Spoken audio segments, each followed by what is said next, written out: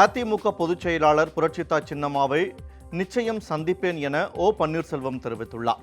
சென்னையிலிருந்து மதுரை வந்த ஓ பன்னீர்செல்வம் மதுரை விமான நிலையத்தில் செய்தியாளர்களை சந்தித்தார்.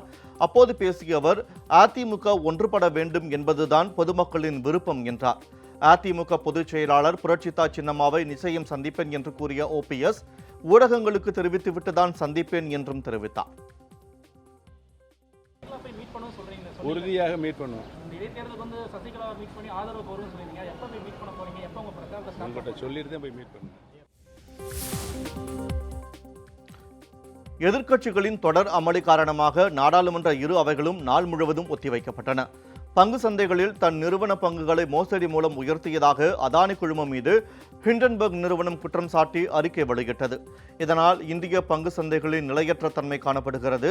இந்த நிலையில் நாடாளுமன்றம் இன்று கூடியதும் அதானி குழும விவகாரம் தொடர்பாக உடனடியாக விவாதிக்க கோரி மக்களவை மற்றும் மாநிலங்களவையில் எதிர்க்கட்சிகள் கோஷம் எழுப்பின.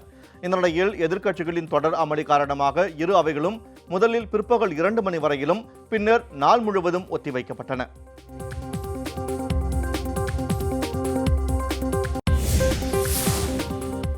பீகாரில் சத்தியகிரகா விரைவு ரயிலின் 5 பெட்டிகள் திடீரென தனியாக பிரிந்து சென்றதால் பரபரப்பு ஏற்பட்டது. பீகாரில் முசாஃபர்பூர் நர்காத் லகாஞ்ச் ரயில்வே பிரிவுக்கு உட்பட்ட பெட்டையா மஜவுலியா ரயில் நிலையம் அருகே சத்தியகிரகா விரைவு ரயில் சென்று கொண்டிருந்தது. அப்போது ரயிலின் 5 பெட்டிகள் திடீரென என்ஜினில் இருந்து கழன்று பாதி வழியிலேயே நின்றுவிட்டன. இதனால் பயணிகள் கத்தி கூச்சலிட்டனர். சம்பவ இடத்திற்கு விரைந்த ரயில்வே அதிகாரிகள் மீட்பு நடவடிக்கையில் ஈடுபட்டனர். இந்த சம்பவத்தில் பயணிகள் யாருக்கும் எந்தவித பாதிப்பும் இல்லை என்று ரயில்வே அதிகாரிகள் தெரிவித்துள்ளனர். பாஜக எம்எல்ஏ ஒருவர் தனது வளர்ப்பு நாயை ராம் ராம் என கூற சொல்லி பயிற்சி அளிக்கும் வீடியோ இணையத்தில் வைரலாகி வருகிறது. உத்தரப்பிரதேசத்தின் சீதாப்பூர் மாவட்டத்திற்கு உட்பட்ட சேவதா தொகுதி பாஜக எம்எல்ஏவான கியான் திவாரி தான் வளர்த்து வரும் செல்ல நாய்க்கு பிஸ்கட் கொடுப்பதற்கு முன்பு அதனை ராம் ராம் என கூறும்படி கேட்கிறார். தொடர்ந்து சில முறை முயற்சி செய்துவிட்டு அதற்கு சாப்பிட பிஸ்கட் கொடுக்கிறார். இந்த வீடியோவை அவர் தனது ட்விட்டர் பக்கத்தில் வெளியிட்டுள்ளார். ராம் ராம் ராம் ராம் राम राम राम राम राम राम बोलो राम राम राम राम राम राम राम राम राम राम. அதானி குழும முறைகேட்டால் பங்கு சந்தைகளில் ஏற்பட்ட இழப்பு தொடர்பாக நாடாளுமன்ற கூட்டுக்குழு விசாரிக்க வேண்டும் என காங்கிரஸ் தலைவர் மல்லிகார்ஜுன் கார்கே வலியுறுத்தியுள்ளார். நாடாளுமன்ற வளாகத்தில் செய்தியாளர்களை சந்தித்த மல்லிகார்ஜுன் கார்கே, கோடிக்கணக்கான இந்தியர்களின் பணத்திற்கு ஆபத்தை விளைவித்து சந்தை மதிப்பை இழக்கும் நிறுவனங்களில் எல்ஐசி, பொதுத்துறை வங்கிகள் மற்றும் நிதி நிறுவனங்கள் முதலீடு செய்தது குறித்து நாடாளுமன்ற கூட்டுக்குழுவோ அல்லது உச்சநீதிமன்ற தலைமை நீதிபதி கண்காணிப்பில் ஒரு குழுவோ விசாரணை நடத்த வேண்டும் என்று கூறினார்.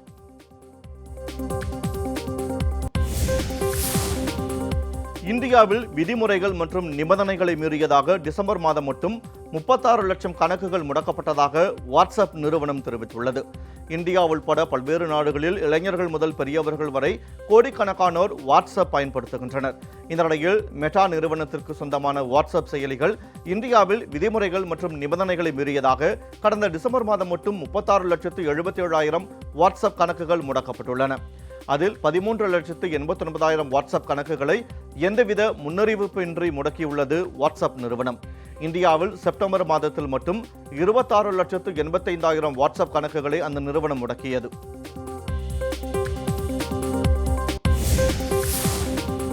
தென்னாப்பிரிக்காவில் நடைபெற்ற ஐசிசி உலகக்கோப்பை 19 வயதிற்குட்பட்டோருக்கான இந்திய மகளிர் அணி வென்றது. இந்திய மகளிர் அணி துணை கேப்டனான ஸ்வேதா ஷெராவத்திற்கு டெல்லியில் உற்சாக வரவேற்பு அளிக்கப்பட்டது.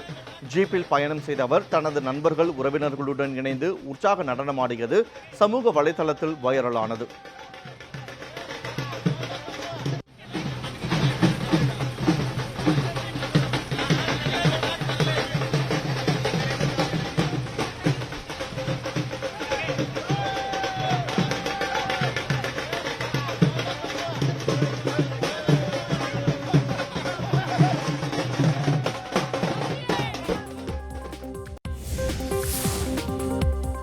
பாடி ஸ்ப்ரே வடிவில் சக்தி வாய்ந்த வெடிகுண்டை முதன்முறையாக காஷ்மீர் காவல்துறையினர் ஒரு தீவிரவாதியிடமிருந்து கைப்பற்றியுள்ளனர்.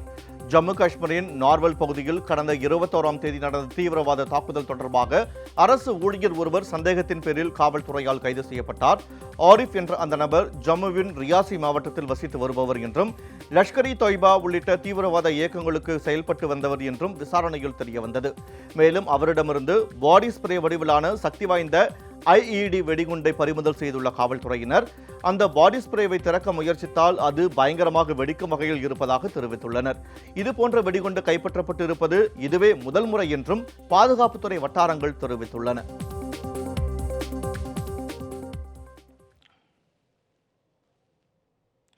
கேரளாவில் விலையுயர்ந்த நாய்க்குட்டியை இளம் ஜோடி திருடி செல்லும் CCTV காட்சி சமூக வலைதளங்களில் வைரலாகி வந்த நிலையில் பல்வேறு வளர்ப்பு பிராணிகள் கடைகளில் கைவரிசை காட்டிய இந்த இளம் ஜோடியை காவல்துறையினர் கையும் களவுமாக பிடித்துள்ளனர். நாய் சேகர் ரிட்டர்ன்ஸ் படத்தை விஞ்சும் வகையில் திருட்டில் ஈடுபட்ட இந்த காதல் ஜோடியின் பின்னணி குறித்து விரிவாக பார்க்கலாம்.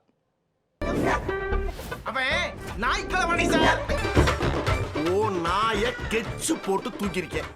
2 பிஸ்கெட்டை பிச்சு போட்டிருந்தாலே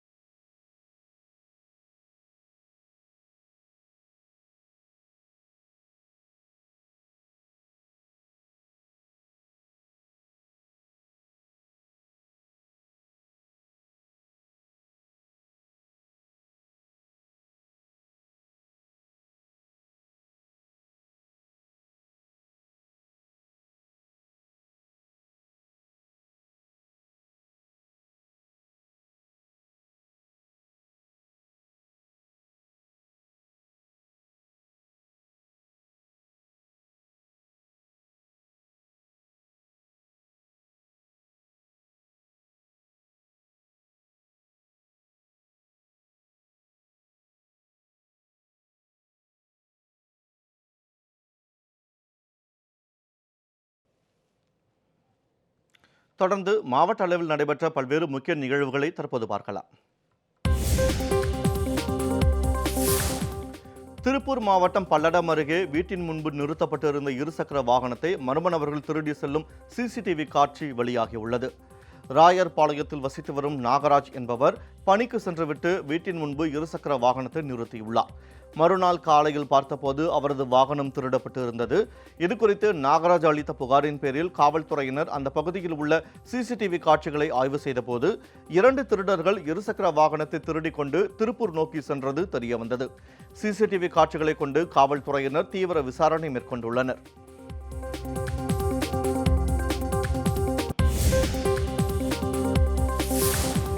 புதுச்சேரியில் மூடப்பட்ட ரேஷன் கடைகளை திறக்க வலியுறுத்தி அனைத்து பெண்கள் கூட்டமைப்பினர் குடிமைப் பொருள் வழங்கல் துறை அலுவலகத்தை முற்றுகையிட்டு போராட்டத்தில் ஈடுபட்டதால் பரபரப்பு ஏற்பட்டது. கிழக்கு கடற்கரை சாலை அருகே திடீரென மறியலில் ஈடுபட்டதால் போக்குவரத்து பாதிக்கப்பட்டது.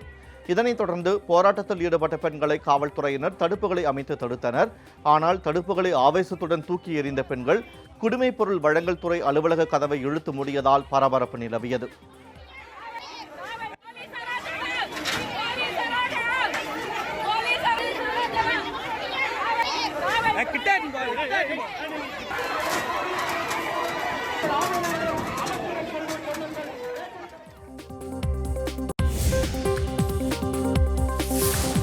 சென்னை வடபழனியில் தனியார் நிறுவன ஊழியர் வீட்டிலிருந்து 25 கிலோ வெள்ளிப் பொருட்கள் திருடப்பட்டது குறித்து காவல்துறையினர் விசாரணை நடத்தி வருகின்றனர். வடபழனி ஆற்காடு சாலை என்எஸ்டி நகரில் உள்ள அடுக்குமாடி குடியிருப்பில் வசித்து வரும் ஆனந்த் தனது குடும்பத்தினருடன் சொந்த ஊரான பெங்களூருவுக்கு சென்றுள்ளார். திரும்பி வந்து பார்த்தபோது வீட்டில் இருந்த 25 கிலோ வெள்ளிப் பொருட்கள் திருடு போனதை கண்டு அதிர்ச்சி அடைந்தார். இதுகுறித்து வடபழனி காவல் நிலையத்தில் அளித்த புகாரின் பேரில் சிசிடிவி காட்சிகளை கைப்பற்றி காவல்துறையினர் விசாரணை நடத்தி